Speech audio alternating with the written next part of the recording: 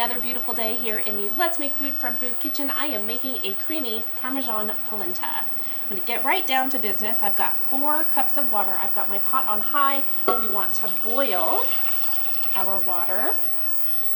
1 cup of heavy cream. You can use milk or half and half, whatever your preference is, but this is going to make it creamier. I'm going to just pour it right on in there. I'm going to just hold it and let it drip. And then my salt. This is 1 teaspoon salt. I want to whisk it up and get that blended. If you want to use a broth instead of a water, you can. You can use chicken broth or vegetable broth, whatever you prefer. It'll just add some flavors for you. But I like this one because it's got the Parmesan in it. I like to just use the water and the milk. If I'm not doing the Parmesan, that's where I typically add a broth. Polenta originated in northern Italy. It started as a grain mush, and now we use ground corn.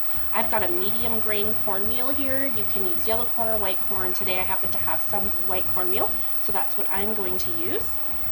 It was very important to the working families in Italy back in the day. It was nice and filling for them.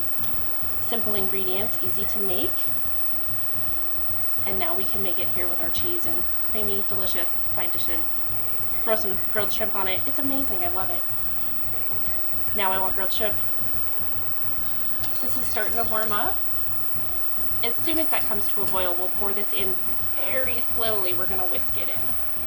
All right, we're slowly sprinkling this in.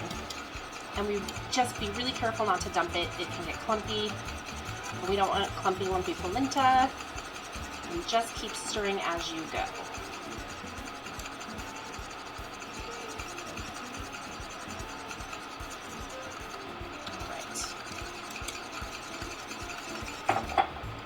Once I've got this really well mixed, I want to turn this down to a low. I want it to just barely, almost not quite simmer.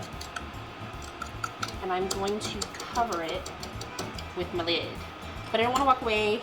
It can stick to your pot really easily. We're going to do this for 20 to 25 minutes. Just check it every couple of minutes, give it a little whisk. You'll know it's done when it starts to retract away from the sides of the pot. While this is cooking, I'm going to grate up my Parmesan and get my butter ready.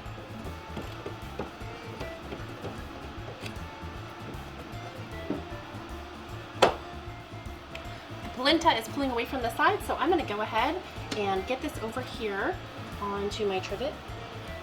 There we go. And now it is time to add our butter. Oh no, it's yelling at me again. There's no pot on it. Okay, let's see here. I'm going to add in this butter and then our 2/3 cup of freshly grated Parmesan. Try not to use the pre-done grated Parmesan if at all possible because of those caking agents. If you don't have time to grate it, just coarsely chop it, whatever you can do to get it smaller and melty in your dish.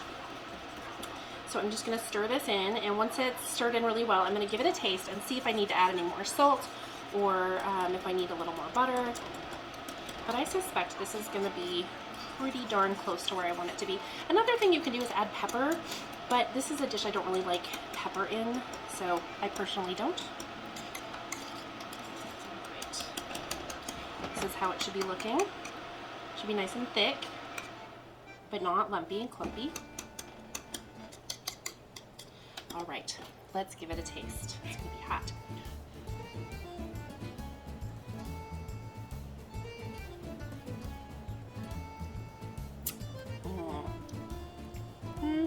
Okay, so I'm gonna do a little more salt. I'm just gonna sprinkle in just a little bit.